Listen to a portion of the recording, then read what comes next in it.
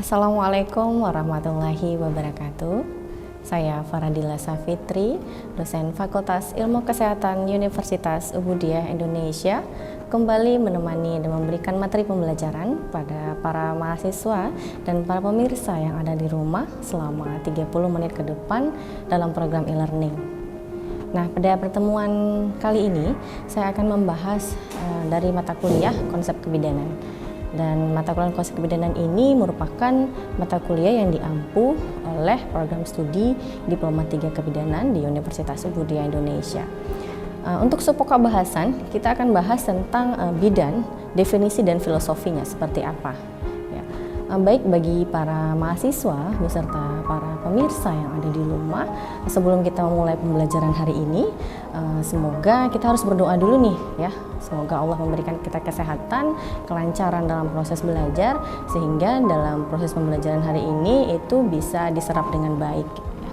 Oke, baik, sudah siap ya semua untuk mendapatkan materi pembelajaran kita hari ini? Ya, kita akan bahas tentang bidan. Apa itu bidan? Ya. Jadi banyak sekali nih sebenarnya pengertian daripada bidan. Apa itu bidan? Namun yang saya angkat di sini salah satunya adalah menurut Ikatan Bidan Indonesia itu tahun 2006.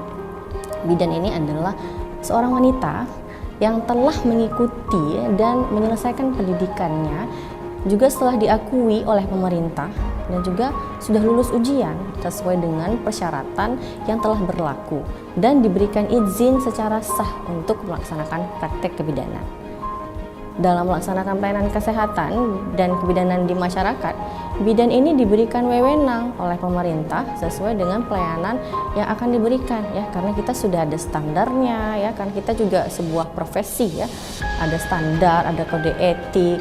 Jadi semua itu sudah diatur dan dalam pelayanan kita harus mengikuti standar-standar apa yang harus dan yang bisa diberikan oleh bidan itu sendiri. Ya, juga itu tertuang wewenang kita itu berdasarkan dari Peraturan Menteri Kesehatan Republik Indonesia nomor 900/Menkes tahun 2002 itu tentang registrasi dan praktek bidan. Istilah bidan itu bisa saja sih kita singkat bidan. Nah, apa sih bidan? Kepanjangannya B itu artinya bakti, ya. I itu ibu, D itu demi, A-nya itu anak, dan N itu negara. Makanya kenapa bidan itu kok harus wanita ya? Ya, karena bakti ibu demi anak dan negara. Yang tahu, yang merasakan proses menjadi ibu, ya itu adalah wanita. Nah, maka dari itu bidan harus wanita, gitu ya. Untuk falsafah kebidanan itu sendiri atau pandangan hidup penuntun nih bagi bidan dalam kita memberikan asuhan kebidanan itu banyak sekali pendapat-pendapat juga dari para ahli ya. Dari profesi kebidanan ini kan sudah diakui nih secara nasional ya, juga diakui juga nih dalam undang-undang maupun peraturan pemerintah Indonesia yang merupakan juga salah satu tenaga pelayanan kesehatan yang profesional. Dan juga secara internasional juga kita sudah diakui oleh International Confederation of Midwife atau ICM, juga diakui oleh FIGO dan juga diakui oleh WHO. Nah, tugas dan tanggung jawab serta kewenangan profesi bidan ini juga udah diatur. Jadi dalam beberapa peraturan, baik itu dari keputusan menteri, ya, baik itu dari profesi kita sendiri, ya, itu ditujukan dalam apa? Dalam rangka untuk membantu program pemerintahan. Baik itu dalam bidang kesehatan ya, khususnya dalam rangka apa? Menurunkan angka kematian ibu, angka kematian bayi, angka kematian neonatus, kesehatan ibu dan anak, ya. Pelayanan ibu hamil yang melahirkan, nifas yang aman serta sampai keluarga berencana. Maka kita biasa dengar bahwa bidan itu memberikan pelayanan itu pada wanita sepanjang siklus kehidupan, ya. Sampai lansia pun kita bisa memberikan asuhan kepada lansia, ya. Bidan juga harus punya keyakinan nih bahwa memang setiap daripada individu itu punya hak untuk memperoleh pelayanan kesehatan yang aman dan juga memuaskan ya, sesuai dengan kebutuhan manusia dan perbedaan budaya. Jadi setiap manusia itu, setiap budaya itu kita pilah ya, jangan semua kita pukul rata gitu. Nah, setiap individu ini berhak untuk menentukan nasibnya sendiri. Nah, serta juga mereka berhak mendapatkan informasi yang cukup dan untuk berperan di segala aspek pemeliharaan kesehatannya.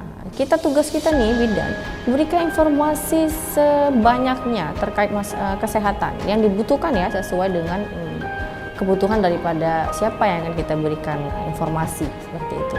Nah, jadi ketika mereka sudah mendapatkan berbagai informasi itu, akhirnya mereka bisa merubah perilaku mereka ya, merubah perilaku dari yang negatif menjadi perilaku yang positif, dari mereka yang tidak tahu menjadi tahu, seperti itu. Dan bidan nih harus punya keyakinan itu bahwa waktu saat menstruasi ya, pada wanita khususnya pastinya saat hamil, bersalin, dan juga menopause ini proses fisiologis ya.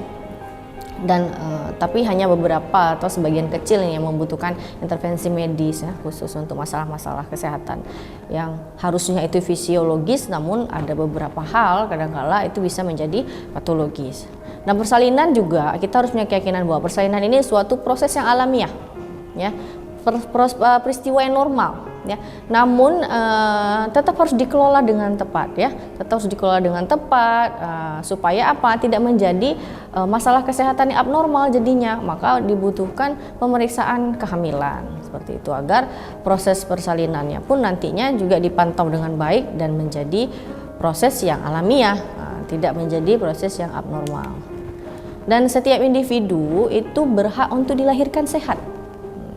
Untuk itu maka kita pada saat wanita usia subur nih, pada saat ibunya hamil melahirkan dan bayinya berhak mendapatkan pelayanan yang berkualitas, nah, kita ketika persiapan untuk hamil aja itu sudah bisa kita kasih pemahaman-pemahaman kepada orang yang berencana untuk hamil. Ketika ibunya sudah hamil, dikasih juga pelayanan-pelayanan sesuai dengan kebutuhan. Ketika ibunya mau melahirkan, diberikan asuhan kebidanan yang untuk proses persiapan persalinan yang sehat, yang aman, yang nyaman untuk si ibunya. Ketika bayinya lahir juga diberikan asuhan kebidanan sesuai dengan kondisi si bayi ya. Agar apa? Agar bayi dan ibu juga sehat ya. Maka dari itu perlu sekali memberikan pelayanan kesehatan yang berkualitas.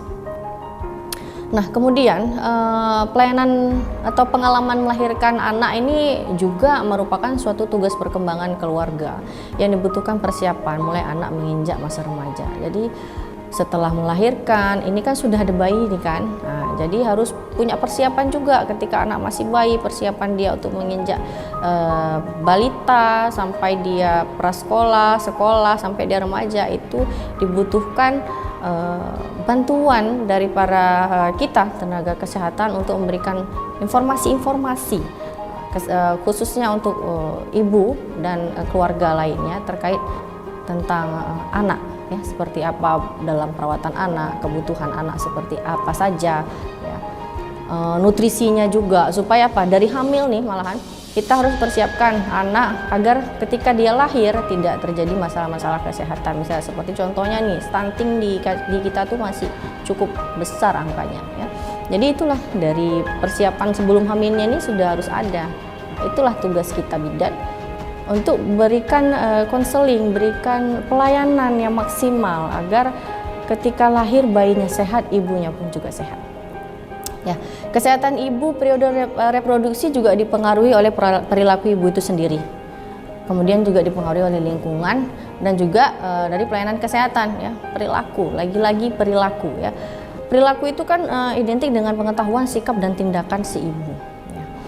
Nah, jadi bagaimana cara merubah perilaku? Merubah perilaku itu sangat tidak mudah. Namun kita harus tetap secara berkesinambungan memberikan informasi-informasi kepada para masyarakat khususnya ibu ya tentang kesehatan ya, agar baik untuk dirinya juga anak yang kelak akan dilahirkan. Kemudian intervensi kebidanan juga bersifatnya komprehensif ya, mencakup dari apa? Upaya promotif kita, preventif, kuratif, rehabilitatif yang ditujukan untuk apa? Untuk individu dan keluarga dan masyarakat. Supaya apa? Menjadikan individu dan masyarakat itu keluarga yang sehat ya, seperti itu. Oke, baik para mahasiswa dan para pemirsa yang ada di rumah, jangan kemana-mana nih, tetap di channel 57 UHF dan channel YouTube kita UWI On TV, karena sebentar lagi saya akan kembali untuk melanjutkan materi selanjutnya. Oke.